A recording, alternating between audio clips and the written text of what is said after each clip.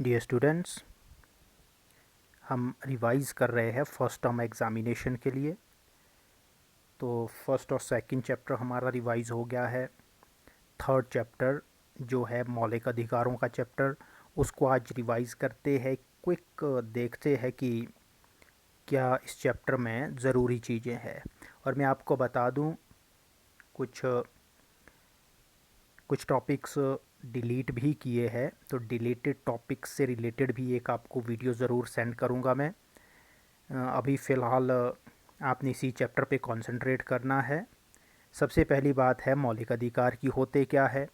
बहुत ज़्यादा कॉम्प्लिकेशंस में नहीं जाना, हम सिंपल सिंपल सी चीज़ें इसमें समझेंगे। और बेटर होगा अगर आप अपनी बुक या कॉपी नोटबुक को आप जहाँ से आप लर्न करते हैं उसको भी अपने सामने खोल दें। वैसे आपने लर्न तो किया होगा तो आपको समझना और इजी हो जाएगा। देखिए, मौलिक अधिकार किसको कहते हैं?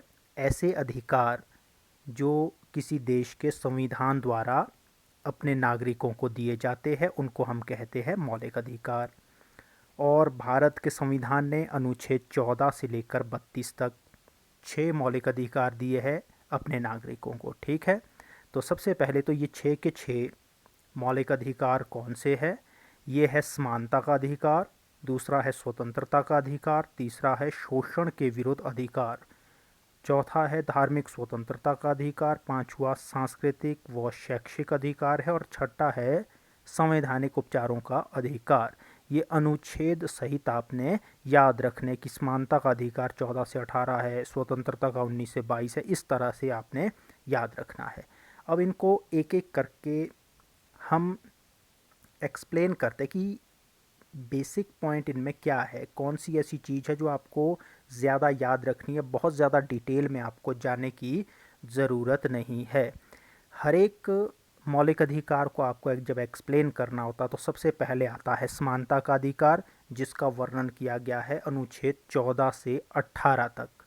और इसमें जब आगे आप सब पॉइंट्स बनाएंगे तो उसमें 3 पॉइंट्स आपने मेन फोकस रखना है, 3 पॉइंट्स पर। पहला उसमें बनेगा कानून के समक्ष समानता। अनुच्छेद 14 क्या व्यवस्था करता है कि सभी नागरिक कानून के सामने एक समान हो, एक समान व्यवहार कानून द्वारा किया जाता है। ऐसा नहीं होता कि कानून एक धर्म के लिए अलग हो, दूसरे धर्म के लिए अलग हो। तो ये अधिकार दिया जाता है। दूसरा है अनुच्छेद 15 भेदभाव की मनाही करता है कि किसी भी, अनुच्छेद 15 क्या कहता है कि किसी भी नागरिक के साथ किसी भी आधार पर, धर्म, जाति, जन्म आदि के आधार पर भेदभाव नहीं किया जाता, नहीं किया जा सकता। और तीसरी बात है जो यहाँ मैंने नहीं लिखी है, वो है अनुच्छेद 17। अनुच्छेद 17 ज़रूर याद रखना है आपने, अलग से भी पूछा जा सकता है। अनुच्छेद 17 द्वारा ये व्यवस्था की गई है कि किसी भी नागरिक के साथ किसी भी आधार पर जो है अस्पृश्यता का व्यवहार नहीं किया जा सकता।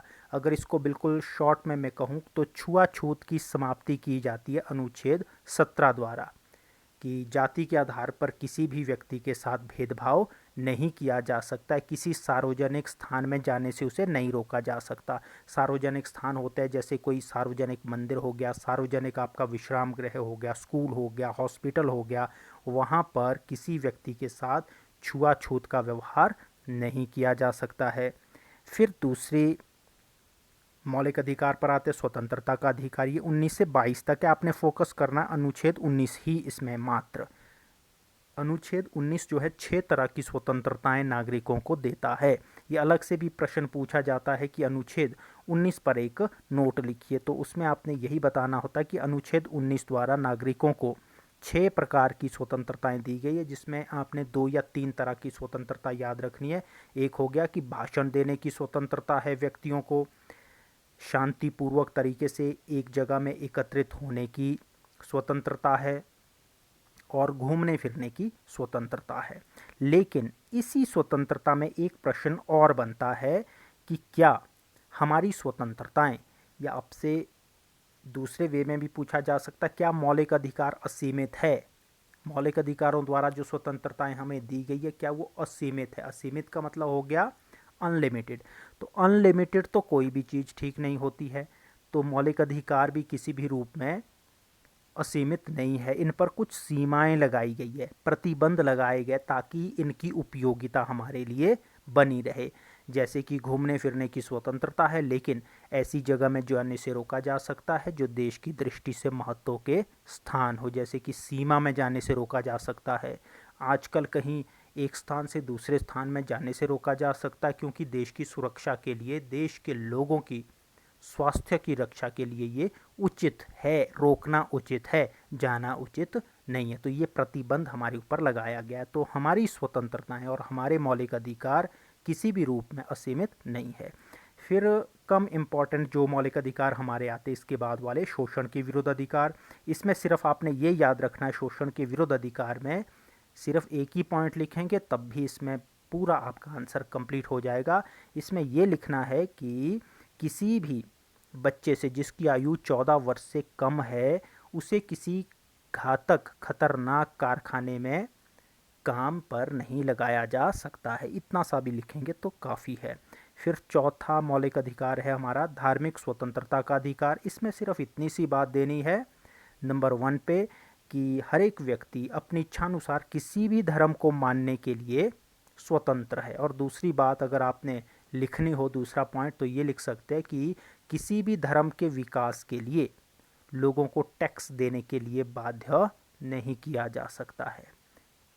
और पांचवा जो मौलिक अधिकार है वो है सांस्कृतिक व शैक्षिक अधिकार। ये माइनॉरिटीज़ का अधिकार माना जाता, अल्पसंख्यकों का, कि अल्पसंख्यक जो समुदाय होते हैं उन्हें अपने संस्कृति की रक्षा के लिए, भाषा की सुरक्षा के लिए शिक्षण संस्थाएं इत्यादि खोलने की छूट होती है। और अल्पसंख्यक कौन होते हैं? जैसे भारत में हिंदू बहुसंख्यक है, बाकी धर्म वाले अल्पसंख्यक हम कह सकते हैं। और अंतिम जो है संवैधानिक उपचारों का अधिकार, जिसका वर्णन किया गया अनुच्छेद 32 में। ये जो अंतिम अधिकार है, ये क्या अधिकार है? इस अधिकार में वो व्यवस्था की गई है जिनके द्वारा हम अपने मौलिक अधिकारों की रक्षा के लिए सीधा न्यायालय की शरण में जा सकते हैं, सर्वोच्च न्यायालय या उच्च न्यायालय की शरण में जा सकते हैं। ऐसा लिखा है अनुच्छेद 32 में। अनुच्छेद 32 यह व्यवस्था करता है कि हम अपने मौलिक अधिकारों की रक्षा करने के लिए न्यायपालिका में जा सकते हैं। तो ये तो हो गए कि हमारे मौलिक अधिकार कौन से हैं। अब हमने ये भी साथ में डिस्कस थोड़ा सा शॉर्टकट में कर लेना है कि इनकी विशेषताएं क्या है। सबसे पहले तो ये विस्तृत है। विस्तृत क्यों है? क्योंकि इनका वर्णन बड़े विस्तार में 14 से 32 तक बहुत सारे अनुच्छेद है। इतने सारे अनुच्छेदों में इनका वर्णन किया गया है। इतनी सी चीज़ आपने लिखनी है, बड़ा जनरली जैसा आप इसको देखेंगे। नंबर 2 है कि वर्गीकरण किया गया है। ये जो है वर्गीकरण किया हुआ 6 भागों में बांटा गया। वर्गीकरण करना होता बांटना। तो हमारे मौलिक अधिकारों को 6 भागों में वर्गीकृत किया गया है ताकि इनमें क्लैरिटी रही, एक दूसरे के साथ उलझे ना, इन्हें समझना आसान हो। और तीसरी बात है असीमित नहीं है, ये सीमित है, अनलिमिटेड नहीं है, जो मैंने पहले भी आपको बताया। इन पर कुछ उचित प्रतिबंध लगाए जा सकते हैं। उदाहरण भी दे सकते हैं घूमने फिरने वाला इसमें, ठीक है। और चौथी विशेषता इसकी है कि अधिकार न्यायोचित है। न्यायोचित का मतलब है कि इनकी रक्षा के लिए हम न्यायपालिका की शरण में जा सकते हैं। और न्यायपालिका में हम किस अनुच्छेद द्वारा जा सकते हैं? अनुच्छेद 32 में ये व्यवस्था की गई है कि अगर कोई हमारे मौलिक अधिकारों को हमसे छीनने की कोशिश करता है तो अनुच्छेद 32 द्वारा हम उसकी रक्षा के लिए न्यायपालिका की शरण में जा सकते हैं और न्यायपालिका इसकी रक्षा करती भी है। और पांचवा इसकी विशेषता है कि इनको स्थगित किया जा सकता है। देखो, स्थगित करना अलग चीज़ है और एक तरह से ख़त्म करना अलग है। स्थगित करने का मतलब ख़त्म करना, समाप्त करना नहीं है। स्थगित करने का मतलब कुछ समय के लिए सस्पेंड करना, कुछ समय के लिए हमसे छीनना, कुछ समय के लिए। तो किन अवस्थाओं में? कुछ विशेष अवस्थाओं में मौलिक अधिकारों को स्थगित किया जा सकता है। ये व्यवस्थाएं होती है जब देश में संकट आता है, युद्ध के समय, आपातकालीन परिस्थितियों में मौलिक अधिकारों को स्थगित किया जा सकता है।